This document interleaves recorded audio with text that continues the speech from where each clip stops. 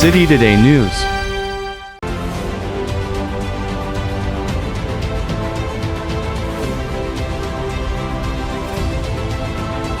News के प्रायोजक है Saluja auto, furniture world, Shivam hotel, restaurant cum bar, north point school, Nand Nagri.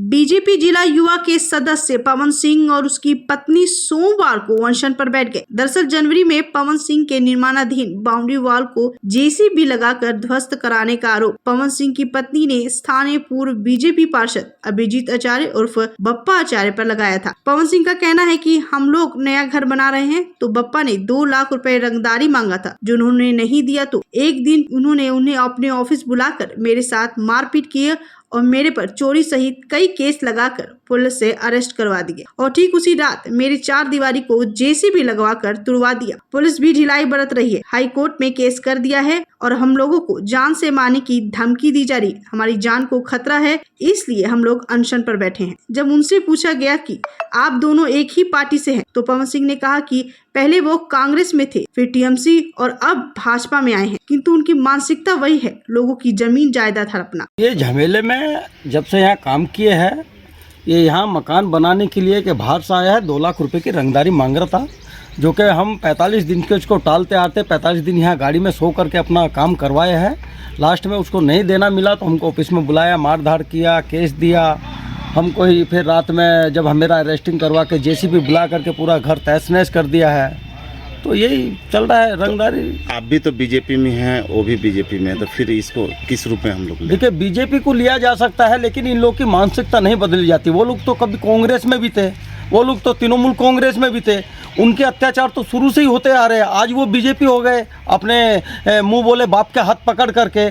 जब वो कांग्रेस में थे उस टाइम पे भी तो उन्होंने घर बाड़ी था। ये देखो बराबर में मनीष बर्नवाल बैठा, इसके घर का वाइफ का ब्लाउज साड़ी तक फाड़ दिया था उस टाइम पे। कहाँ उन लोग का अत्याचार का, उन लोग का नेचर है, अत्याचार करने का उन लोग का नेचर है। रंगदारी मांगना, अत्याचार करना, जमीन दखल करना उन लोग का नेचर है।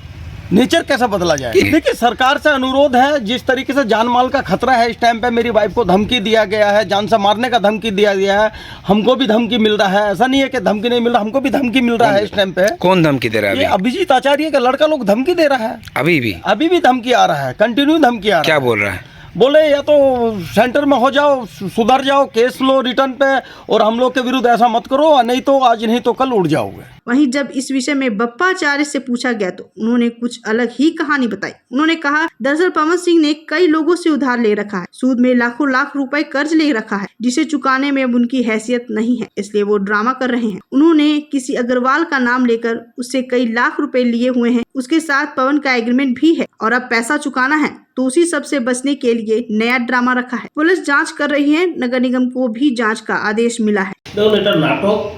এলাকায় কমসে কম 10-15 লাখ টাকা ধার নিয়ে নিয়েছে, সেই সুদখোর দিকে পয়সা দিতে পারছে না এবং তার একটা রাস্তা উঠা বেছে নিয়েছে যাতে ওকে টাকাটা কেউ না পায়। আমি আপনাকে কটা জিনিস দেখাচ্ছি। পিঙ্কি দেবী আগরওয়াল 12 লাখ টাকা পাবে, কোর্টে সেটেলমেন্ট হয়েছিল, তার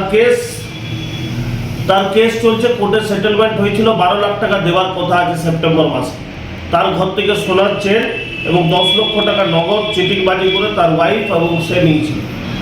সেটা যাতে দিতে না হয়, সেই টাকাগুলো যাতে দিতে না হয়, এবং এলাকায় আমাদের এখানে যত সুদখোর আছে সবারই কাছে ধার নিয়ে নিয়েছে নিজের বইয়ের চাকরি দেখিয়ে, এবং তাদেরকে টাকা ফেরত দিতে পারছে না। সেই একটা নাটক এখানে চালু করে।